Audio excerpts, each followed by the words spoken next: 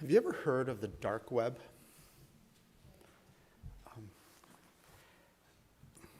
It's an interesting thing. I've never seen it, by the way. It's too dark. I've never even searched for it, but I've heard about it over the years. The dark web is a part of the internet that does not have addresses that are found by normal search engines. So the way that web works, just kind of loosely, right, is every website has an address. And the search engines know to look for those addresses in one form or another, just loosely. Forgive the architect's explanation of how this works. But the dark web has different addresses. And it requires special software to access these hidden sites, right? You need a special software to get to it. Now, why would you need the dark web? Why would you ever need the dark web? Or why would it ever be called that? The dark web allows for anonymous communication and is often used for illicit activities. So the reason for the dark web is if I don't want people to know what I'm doing or what I'm saying, and I am doing stuff that's illegal, I put them on the dark web. And then you need special tools and special software to get to it and have to know the special addresses, and then you can do illegal stuff in the dark. Imagine. It should not be surprising, right? We live in a world where darkness is celebrated all year long. In some cases, I see Halloween stuff up all year at some homes. Not even going to go there, but you know what I mean, right? Evil is considered good. It's considered a person's choice or their prerogative, and good is scorned and mocked, and they're considered exclusive and alienating if you focus on what is good rather than on letting people just do what they want. So today, we're going to look a little bit at good and evil, darkness and light. And if I look this way when I'm talking about darkness and I'm looking this way when I'm talking about light, I'm not making a judgment on anyone. Let's just start that right off the bat, okay? But to start this thought, we're going to turn to a passage that's very familiar to most of us, most likely. It's a conversation that Jesus is having with Nicodemus. And it's towards the end of his conversation with Nicodemus. And if you don't know Nicodemus, right, Nicodemus was a Jewish leader. He comes to Jesus at night because he's nervous to come to him during the day. And they have a conversation in John chapter 3. And near the end of that conversation, Jesus, in verse 16, so John 3:16, he says something that is profound. It goes beyond history. It's something that kids memorize when they're little. And it might be the last thing that a person remembers before they die. Because it's so profound and it sticks with us. For God so loved the world, Jesus tells Nicodemus, that he gave his only begotten Son, that whosoever believeth in him should not perish, but have everlasting life. And it's a verse that, like I said, many of us know. And it's a statement that reveals the depth of the love and the mercy and the care that God has for people. You know, I used this phrase last week when I was in Northport. I had heard it recently that 2,000 plus years ago, God the Father stepped out of eternity and into time. Right? He stepped out of eternity and into time because he loved his creation so much. And he stepped into time to send the Son to save the world. And so when Jesus said, for God so loved the world, he's talking past tense. But that past tense is also a present tense and a future tense at the same time, right? Because God is outside of time. He's in eternity. And so there's no way that Jesus, in that one word, and there's no one tense that speaks to a past, present, and future at once.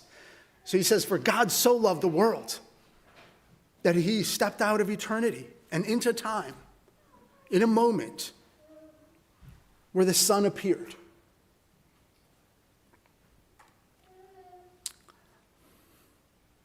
God sent Jesus so that we could all have everlasting life, and the only criteria that verse provides is that we have to believe.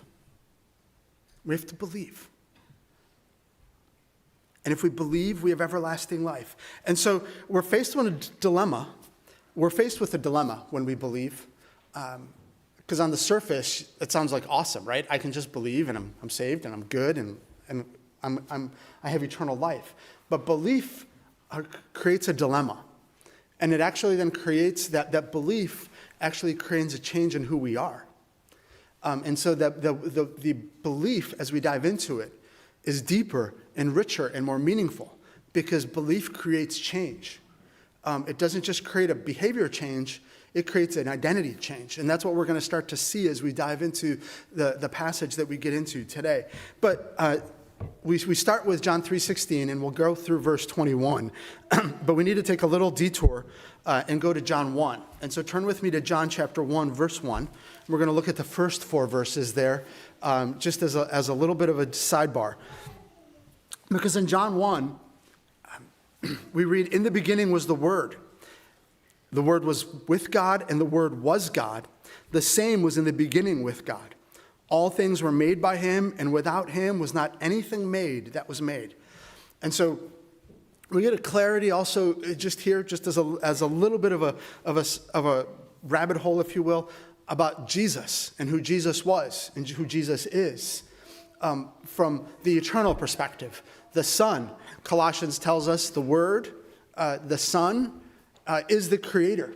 He is the maker, he is the keeper, he is the holder of all things. Right? And he was at the beginning, he was with the Father at the beginning, and he was part of the Father at the beginning. They were one, and he made all things. And in him was life, and the life was the light of men. And I want to focus on that first, that part of verse 4 at the beginning here, just verse 4. In him was life, and the life was the light of men. And that's also such a powerful thought, to think about Jesus as life, the giver of life, and then what the life is going to be.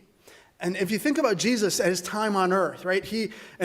I don't know, I probably knew this. I never thought about it this way before until I was digging into this. But think about Jesus raising Lazarus from the dead. Think about Jesus and the fact that he raised people from the dead. He gave life to people who had died.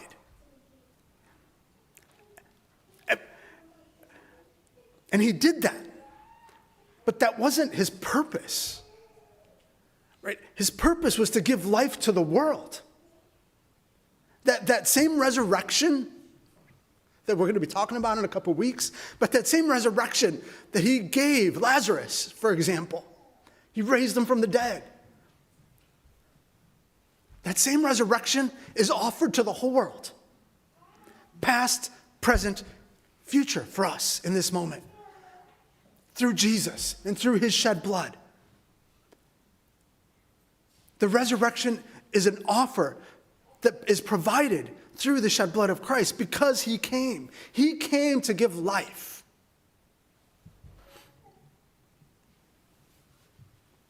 He came to raise the world from the dead. That's what he offered them.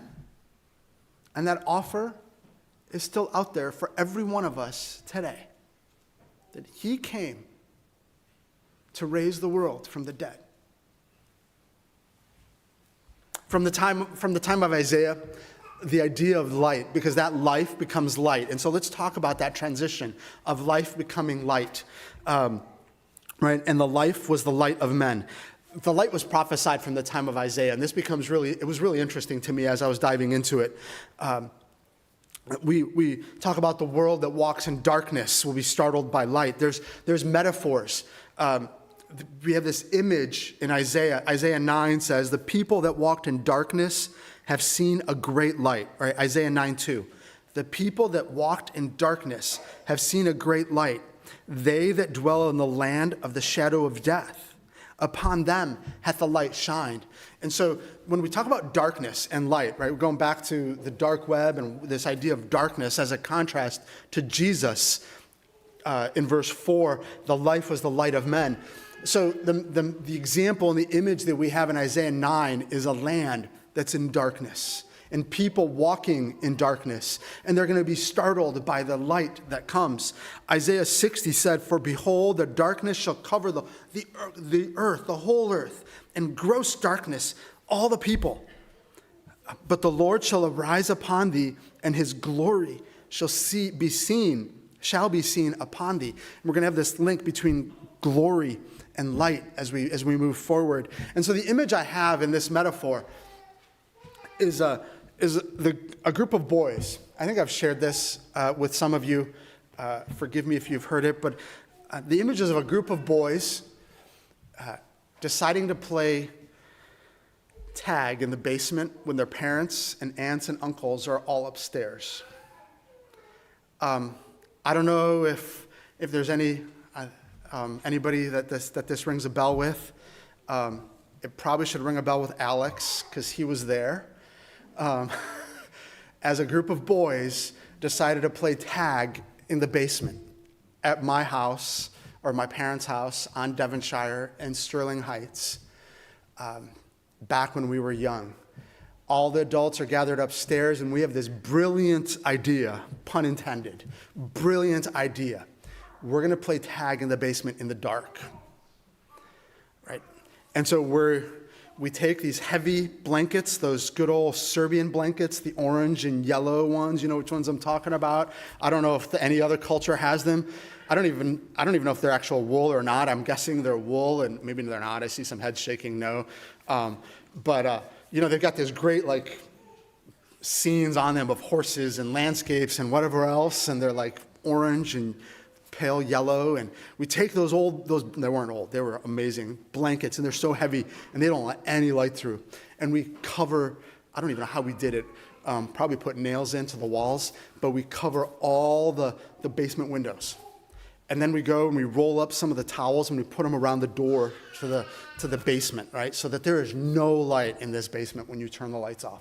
And I have to tell you, it was pitch black when we did this, because we're nothing but thorough. And so we played tag in the basement, and it was amazing playing tag in the basement, right up until the point that the youngest of us, my brother, we didn't know it was my brother at the time, right? You're playing tag, and all of a sudden you hear, bam! And it was against metal, and you could hear the sound of a head hitting steel. Now, when you're in the basement, what's the only steel that's around? Those poles, right? That little 4-inch round post that's holding up the beam. And in that split second, there's a sudden silence. The tag stops, and I have to run, and I have to imagine that in every one of us young men, there was this immediate, like, oh no, what do we do, right, as to what happens? Did they hear upstairs the bang and the reverberation and the vibration of that steel and that steel post going through the floor? And then there's this mad rush to find the light switch. And then as you look at my brother lying on the ground and you're trying to, don't cry, Dave, don't cry, right? Because if he cries, we're dead. Because our brilliant move, what do we say to the parents when he goes upstairs with an egg on his forehead? It's funny, but people intentionally go to the dark. People intentionally like the dark. Isn't it amazing? Like, why wouldn't we play hide and seek and tag in the light? It's more fun in the dark. And now we had the choice, obviously, right? It's a game. We flip the switch, the light's on, and we see the damage that was done and hope he didn't break his nose. People are in the dark. And what we will find as we read a little bit further is that people choose the dark. The other image that we have in Isaiah is Isaiah 42, verse 16, and I will bring the blind by a way that they knew not. I will lead them in paths that they have not known. I will make darkness light before them, and crooked things straight. These things will I do unto them and not forsake them. And so the other image, the one image is of a land that's dark, of a people that are oppressed in darkness. Like us being in the dark, or like being in a cave when the light goes off. But the other image that we have here is of being blind. Being blind. And I can't say I can understand what it's like to be blind for your whole life. I saw a YouTube clip of a little infant who was able to see clearly for the first time in her life. Now, this wasn't an infant that was blind, literally. It was a little girl who everything she saw was just fog and blurs. And you watch her parents put on glasses, like the strap on, kind of, they were like had a band on the back, and the glasses go over her head as an infant. And she goes from just being normal to the biggest smile on her face. I read an article about an adult woman who went from being blind and from never being also blur, not just fully blind, but just blur, to having surgeries to be able to see. And when she could see clearly, it was humiliating, depressing, and she said that she spent 2 years depressed. She said she walked by and waved at somebody, and they waved back. And she realized she was waving at a mirror. She was embarrassed because she could see clearly. And she realized what she looked like. And then that was embarrassing to her. And she went into depression because she could see.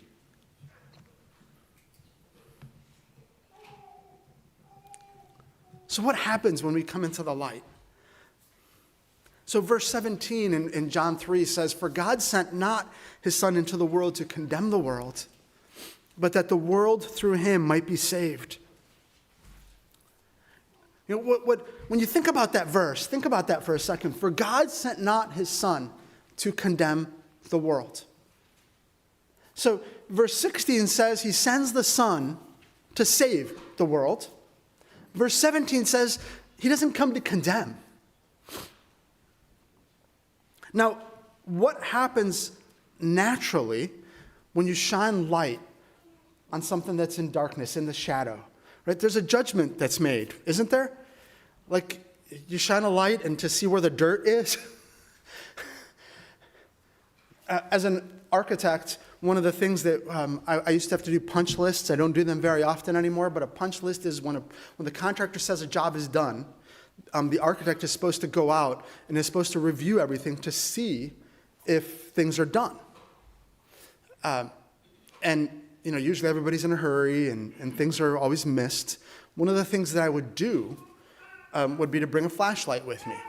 Not to shine them in the corner, but if you've ever, well, you can do this to your contractor at home. You put the light on the wall and shine it across the wall. Have you ever done that? It's amazing how bad that wall looks, doesn't it? Like, if you've ever done that, try it at home. Then you'll be shocked, and then you'll be like totally disappointed in the quality of the drywall. But you shine the light along the wall, and you see every ripple, you see every bump, you see every little nub or thing that was in the paint when they were painting that got caught, right? And then you never see until you shine the light along that wall. And so in our mind, light automatically kind of judges. It automatically reveals. But God says the Son did not come to condemn. He didn't come to judge. He didn't come to call out sin. He came to save. The light came to reveal truth, not to condemn. It came to show the way to the Father. The light is there to show the way to the Father, right? When you're in darkness, if you look at that verse in Proverbs 42, I will bring the blind by a way that they knew not. I will lead them in paths that they have not known. I will make darkness light before them and crooked things straight. The goal of the light is not to condemn. The goal of the light is to reveal the path to the Father, to lead us to the Father. It came to reveal truth. It came to show the way to the Father, to provide the world with an understanding of where they were and where they could be. And that same light is here today. Right? That same light, the light of Jesus, sent by the Father, is here not to condemn today, not to judge us today, but to show us the way out of the darkness to the Father. In John 18:37, we'll probably be reading this or part of this in the next couple weeks at some point. The conversation between Pilate and Jesus. Pilate says, therefore said unto him, art thou a king then? Right? And Jesus answered, thou sayest that I am a king. But the answer, and we've probably read this before, some of you, the answer that he gives, even though he is a king, right? Even though he is the king, he didn't come as the king. He says this, to this end was I born, and for this cause came I into the world, that I should bear witness unto the truth. The irony in that statement is that the true king says, I didn't come to be king. I came to reveal, to testify of the truth. I came to be a light, to reveal truth. To reveal truth to you, to me, to everyone. And it reveals where we are. And it reveals where we could be.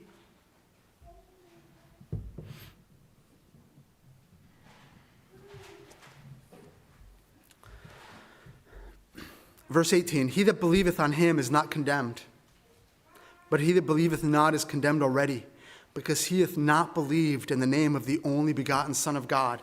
You know, if I believe, I'm not condemned. I am not judged. I am not sentenced. I have suddenly become safe because of the shed blood of Christ. If I believe, the shed blood of Jesus saves me. But if I don't believe, I'm already condemned. Now, some would say there's multiple ways to look at this. Some would say that if I choose not to believe, the condemnation, the judgment is now. But if you think about it also, another way to look at it is that I'm in darkness. I'm in darkness. And if I don't believe in the light, if I reject the light, I'm condemned. I stay condemned because I'm in the dark. I don't go to the path. I don't take the path to the Father. And I just want to, that's just a thought, but the next couple verses, and this is the condemnation. This is the dilemma that people face. And this is the dilemma that we all face and that we all have to come to terms with, that light is come into the world, and men love darkness rather than light because their deeds were evil.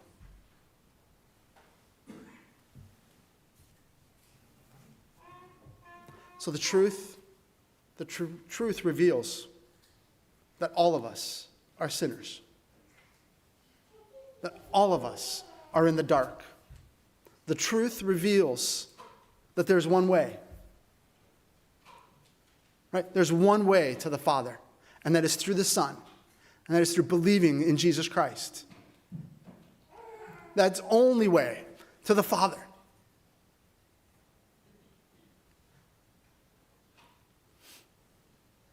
I think the question for all of us is like, do we tend toward the dark?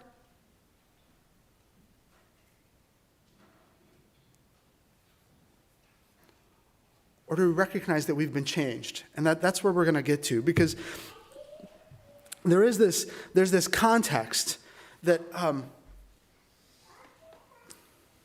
we're going to jump to that context here. The idea that some people love darkness. Some people love darkness. They reject the light. And so I think the question that I have something for all of us to consider, for everyone to consider, is when you come face to face with the truth of Jesus Christ, when you come face to face with the truth that there is only one way, how do you react? Not the believer necessarily here. This is more for the unbeliever. But how do you react when you come face to face with the truth of Jesus? That there's one way. Do you tend toward the dark?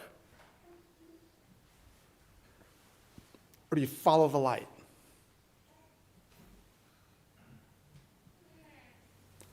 Jesus provides some examples for us in Scripture. We're not going to dive into them, but if you think about the parable of the sower and the seed, the idea that the word is cast and how people respond. So people who are in darkness respond to the seed, and the idea to the sower, and they're the seed, the word, and the word flourishes, and you start to see a plant, and then what happens? And so just think about that as just kind of consideration. Verse 20, for everyone that doeth evil hateth the light, neither cometh to the light, lest his deeds should be reproved. So what's evil in this context? When we think of evil, we think of, Hitler. We think of Stalin, right? That's what we think of evil. Evil is like this pervasive awfulness. The word evil in this context is dishonorable, selfish, cowardly, wicked, worthless. So those that do evil pursue a behavior or have attributes that are dishonorable, that are mean-spirited, that are selfish, that are worthless, a behavior that's worthless. And so, as we look at this verse, this is going to be an encouragement and an exhortation for all the believers in the room and for all the believers that are listening. This is also going to be a challenge for all those that have not chosen to follow Jesus Christ and have surrendered to him. Because the question is, who were and who are these people that are evil? If we look at Ephesians 5, verses 3 through 8, we were these people. Right? The verse 8, the Apostle Paul finishes that portion with, for at some point in the past, you were darkness yourself. He tells that to the church. Titus says, for we ourselves were sometimes foolish, disobedient, deceived, serving diverse lusts and pleasures, living in malice and envy, hateful and hating one another. Right? So in times past, the group here of believers were these people that were evil.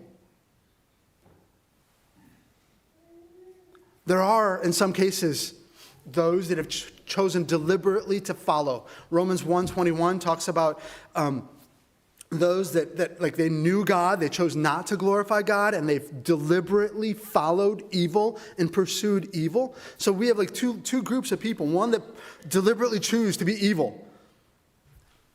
And the word says that God leaves them to their desires. But there's a group of people that are now believers that used to be this.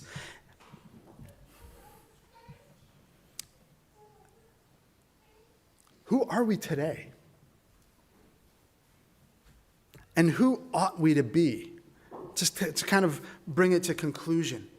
Verse 21 says, but he that doeth truth cometh to the light, that his deeds may be made manifest, that they are wrought in God. But he that doeth truth cometh to the light, that his deeds may be manifest, that they are wrought in God.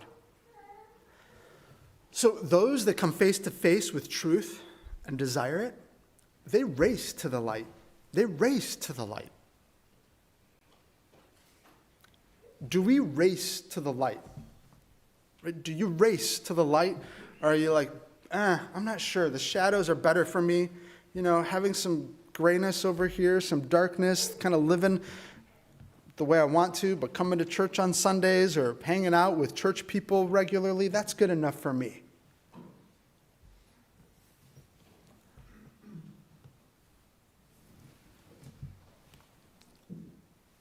There's a hint in some of what we read. And there's an introduction of not just like who we were, but who we become. If you look at Ephesians 5:8, Apostle Paul says, "But for at some point in the past, you were darkness." That's not where you inhabit, but he actually describes it as who you are. And so if we were darkness, what are we now?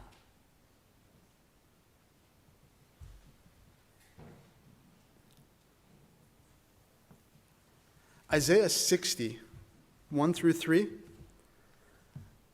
Arise, shine. This used to be a camp theme verse. Arise, shine, for thy light is come, and the glory of the Lord is risen upon thee.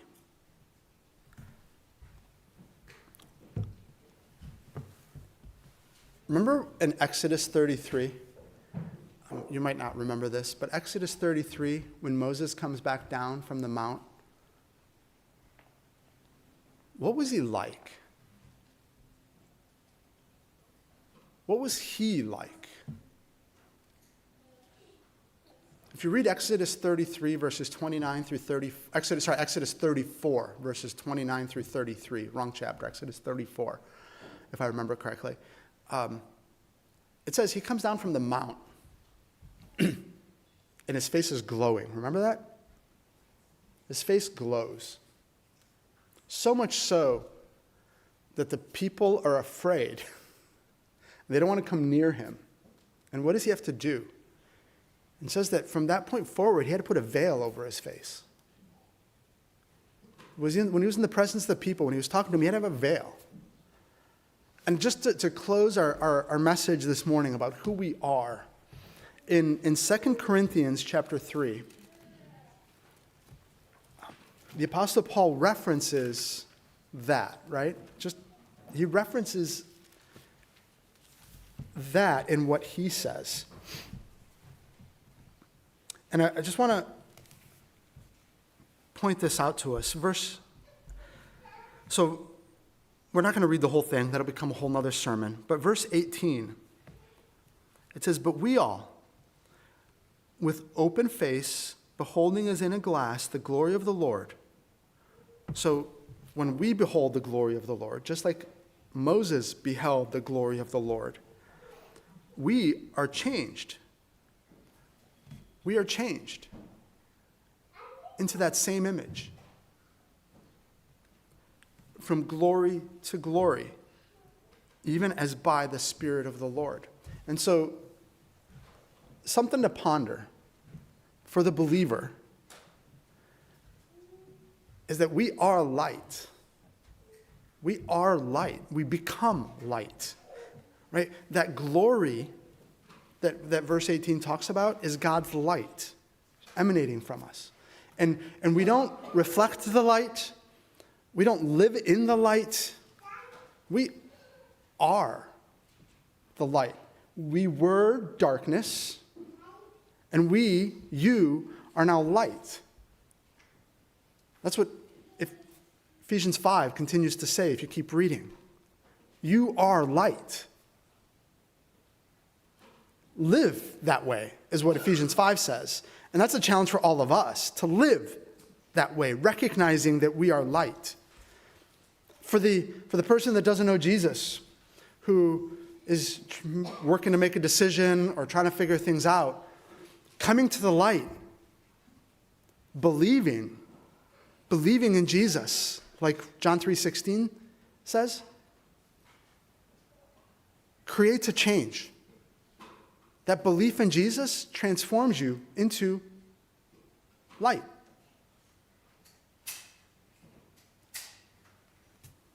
Pursue it. In all cases, pursue it.